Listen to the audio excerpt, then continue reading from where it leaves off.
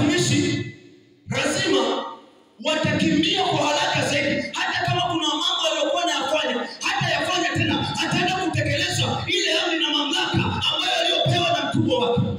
Sasa Yesu Kristo anasema kwamba nimepewa mamlaka mbinguni pamoja na wapi? Pamoja na duniani.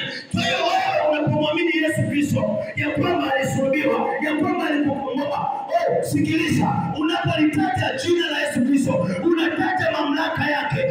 Haijalishi kwamba kuna mahali palipokufa patafufuka tena. Haijalishi kwamba kuna mahali wachawi wamekamata pataachiliwa tena.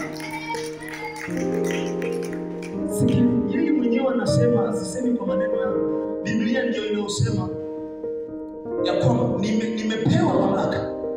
Akaja kwao akamwambia, nimepewa mamlaka mbinguni pamoja na duniani. Kwa hiyo sikiliza, haya ni maisha ya ushindi wa Mkristo.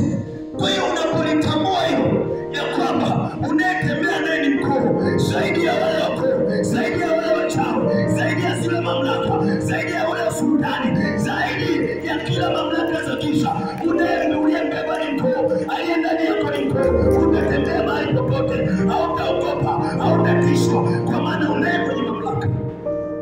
Katika ulimwengu huu Biblia inasema Mtume Paulo kuna wakati akawaambia kwamba vita vyetu